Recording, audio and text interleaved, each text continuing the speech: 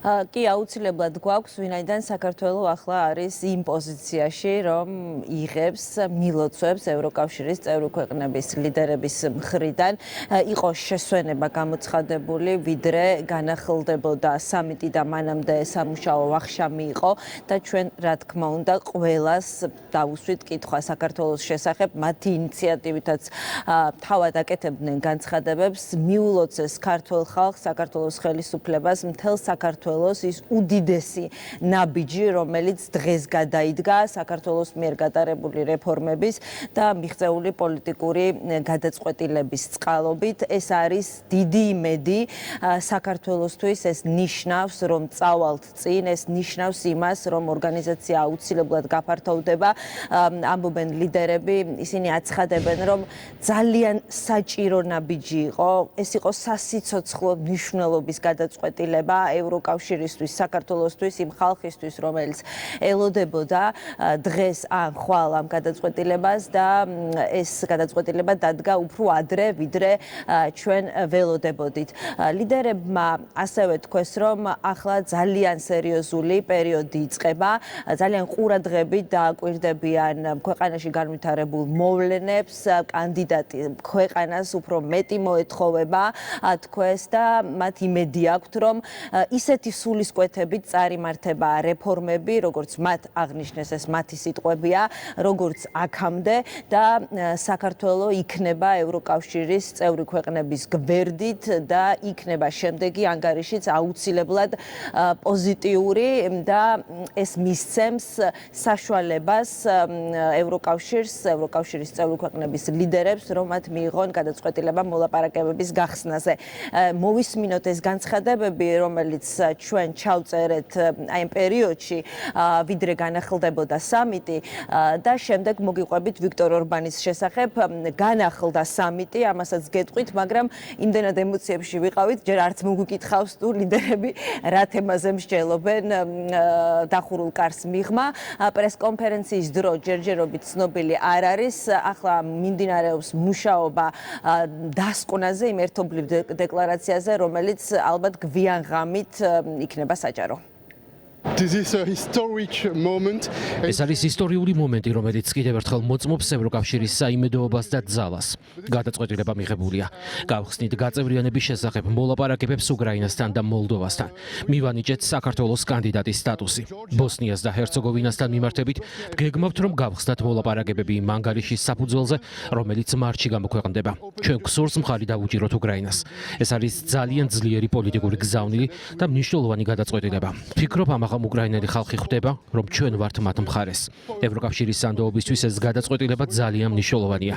ჩვენ ძალიან ბევრი ვიმუშავეთ. არც ერთი წევრი სახელმწიფო არ ყოფილა წინააღმდეგი და ამიტომაც შევძელით ამ გადაწყვეტილების შესახებ განცხადების გაკეთება დღეს. განვაგრძობთ მუშაობას, გვაქვს დებატები, რომ გადაწყვეტილება მივიღოთ უკრაინისთვის მცირე ფინანსურ დახმარებაზე.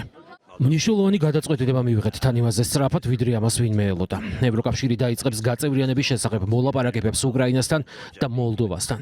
ეს სერიოზული წინსვლა ამ ქვეყნებისთვის. მათთვის ეს არის გზავნილი ჩვენი მხრიდან, რომ ვფიქრობთ, რომ მათი ადგილი ევროპულ ოჯახშია.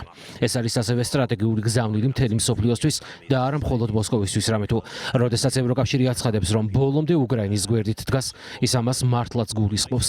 პრემიერ-მინისტრი ვიქტორ ორბანი არ იცვლის აზრს და ეწინააღმდეგება ამ პოზიციას, თუმცა საბოლოოდ მიიღო გადაწყვეტილება, რომ არ დაედო ვეტო და არ დაებლოკა გაწევრიანების შესახებ მოლაპარაკების დაწყება უკრაინასთან. მე ამას ვაფასებ ამის გამო, რადგან სხვაგვარად პროცესი გართულდებოდა. გაწევრიანებას დრო დასჭირდება. ქვეყნების უმრავლესობას მოლაპარაკების დაწყებიდან 10 წელზე მეტი სჭირდებათ სრულ წევრობამდე მისასვლელად, ამიტომ ვადებზე საუბარი ახლა რთულია, თუმცა უკრაინა და მოლდოვა არიან გაწევრიანების გზაზე. ძალიან მნიშვნელოვანი გადაწყვეტილებები მივიღეთ დღეს. საქართველოს მიენიჭა კანდიდატის სტატუსი. ეს არის გზავნილი ნებისმიერი ქვეყნისთვის და მათ შორის საქართველოსთვის, რომ უნდა დარჩეს დემოკრატიული რეფორმების გზაზე, კანონის უზენაესობისა და ეკონომიკის მოდერნიზაციის გზაზე. წევრობა ერთ ღამეში და რამდენიმე წელიწადში არ მოხდება, თუმცა თითოეული ეს სახელმწიფო მტკიცედ დგას გაწევრიანების გზაზე და ჩვენ მათ მივესალმებით. საქართველოსთვის კანდიდატის სტატუსის მინიჭება მიიღეთ როგორც ძალიან სიმბოლურად წინ გადადგმული ნაბიჯი ევროკავშირის მხრიდან. ახლა ყველაფერი თქვენს ხელშია. უნდა იმუშაოთ სერიოზულად ყველა საჭირო რეფორმის განხორციელებაზე. თუ თქვენი მხრიდან განახორციელებთ ყველაფერს, მაშინ დარწმუნებული ვარ, რომ ევროკავშირსაც და წევრ სახელმწიფოებსაც შესაბამისი პასუხი ექნებათ. არ არსებობს დედლაინები. ზოგჯერ ეს პროცესი სწრაფად ხდება, ზოგჯერ ძალიან დიდხანს გრძელდება. First of all, congratulations to Prime Minister Garibashvili. ვულოცავ პრემიერ-მინისტრ ღარიბაშვილს, რომელიც სტუმრობდა ხორვატიას ივლისში და მე განუცხადე, რომ მტკიცედ ვუჭერთ მხარს საქართველოს ევროკავშირში გაწევრიანებას. საქართველომ შეასრულა ის კრიტერიუმები, რომელიც საჭირო იყო კანდიდატის სტატუსის მისაღებად. დღეს ძალიან მკაფიო და ფართო კონსენსუსი იყო ამ საკითხზე. ვფიქრობ, ეს მნიშვნელოვანი და წამახალისებელი გზავნილია ქართული ხალხისთვის, რომელთაც ვულოცავ ამ დადებით სიახლეს. ჩემი რჩევა იქნება გააგრძელოს საქართველომ დაუღალავი შრომა ევროპულ გზაზე, რომ მივიდეს იმ პოზიციამდე, სადაც დღეს უკრაინა და მოლდოვა არიან. I think it's an important message that Europe is a community of values. ვფიქრობ, მნიშვნელოვანი გზავნილია საქართველოსთვის კანდიდატის სტატუსის მინიჭება, რადგან ეს არის გზავნილი ევროპისგან, როგორც ღირებულებების მშვიდობისა და სტაბილურობის საზოგადოებისგან. ეს არის გზავნილი, რომ თქვენი ადგილი ევროპულ ოჯახშია, თუმცა საჭიროა მომდევნო ნაბიჯების გადადგმა და ყველა საჭირო პირობის შესრულება. ეს დადებითი პირობებია, რომელიც მოიცავს კანონის უზენაესობის გაძლიერებას, ევროკავშირის ეკონომიკური, სოციალური და პოლიტიკური ფუნდამენტური ჩარჩოს მიღებას. ეს იქნება საქართველოსთვის მომდევნო ნაბიჯი, რომ ერთ დღეს სრულუფლებიანი წევრი გახდეს. ამ საბჭოს ძლიერი პოლიტიკური გზავნილი უნდა გაეგზავნა როგორც უკრაინისთვის, ისე რუსეთისთვის. რუსეთმა უნდა იცოდეს, რომ ევროკავშირს ვერ დაანაწევრებს და ომი არ არის გამოსავალი 21 საუკუნეში. უკრაინისა და უკრაინელი ხალხისთვის ეს არის გზავნილი, რომ ისინი არ არიან მარტო და ისინი ეკუთვნიან დემოკრატიულ ევროპულ ოჯახს. შესაბამისად, პრემიერ-მინისტრი ორბანი ბოლოს დარწმუნდა და მიიღო გადაწყვეტილება, რომ დაეტოვებინა ოთახი, რომ ჩვენ მიგვეღწია კონსენსუსისთვის და მიგვეღო გადაწყვეტილება. It's a very important message we give. ეს არის ძალიან მნიშვნელოვანი გზავნილი უკრაინისთვის, რომ რთულ დროსაც ჩვენ მათ გვერდში ვართ. ჩვენ ვაფასებთ მათ მიერ გაღებულ მსხვერპლსა და გატარებულ რეფორმებს. უწყვეტი რეფორმები ნიშნავს, რომ გაწევრიანების პროცესი იქნება მტკიცე. ეს ასევე არის სერიოზული გზავნილი მოსკოვისთვის, რომ ევროკავშირი რთულ დროსაც უკრაინის გვერდით დგას და არ კარგავს ერთობას. ეს არის მკაფიო გზავნილი მოსკოვისა და მთელი მსოფლიოსთვის. საბჭოს გადაწყვეტილება ყოველთვის კონსენსუსით ხდება. ეს არის გადაწყვეტილება, რომელიც ევროკავშირის წევრ სახელმწიფოებს ავალდებულებს. შეიძლება ბევრი კითხვა იყოს, თუმცა გადაწყვეტილება მიღებულია. პრემიერ-მინისტრი ორბანი გეგმავდა ვეტოს დადებას, თუმცა არ გამოიყენა ვეტოს უფლება. მოლაპარაკებები უკრაინასთან დაიწყება. არ აქვს მნიშვნელობა ბატონი ორბანი იჯდა თუ არა გადაწყვეტილების მიღების დროს ოთახში. ჩვენი გზავნილი მკაფიოა. ჩვენ ვართ უკრაინელების მხარეს. ჩვენ ვუჭერთ მხარს უკრაინის ბრძოლას თავისუფლებისთვის. ჩვენ ვაფასებთ საქართველოს ძალისხმევას. ჩვენი გზავნილი საქართველოს, უკრაინისა და მოლდოვისადმი არის ის, რომ ვაფასებთ მათ ძალისხმევას და უნდა განაგრძონ შრომა ევროპულ გზაზე.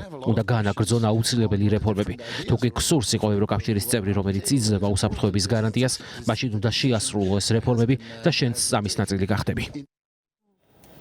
ამიტომ იყო ევროკავშირის წევრი ქვეყნების ლიდერებმა განაცხადეს, რომ დღეს გაერთიანებამ დემოკრატიული ქვეყნების ბლოკმა დაამტკიცა მათ სურთ, რომ ის სახელმწიფოები, რომლებსაც გაცხადებული აქვთ მისწრაფება გახდნენ ამ ბლოკის წევრები, ორგანიზაცია იქნება მათ გვერდით.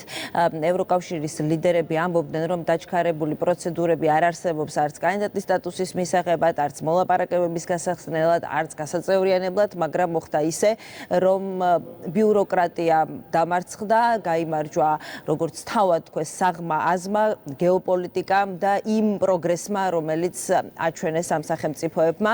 ჩვენ ასევე ვიკითხეთ, თუ როდის შეიძლება გაიხსნას მოლაპარაკებები უკვე ოფიციალურად უკრაინასთან და მოლდოვასთან. სიმბოლურად სურთ ევროკავშირის წევრ ქვეყნებს, რომ მოლაპარაკებები გაიხსნას 24 მარტს სამთავრობოთა შორისო კონფერენციაზე და დამატებითი დეტალები უკვე ევროკომისიიდან გახდება ცნობილი. დიდი მადლობა ქეთი. ქეთი ქარდავა გვერდთობოდა ბრიუსელიდან, მან გაგვაცნო ბოლო ცნობები ევროპის პოლიტიკური დედაქალაქიდან და ევროპელი ლიდერების განცხადებები.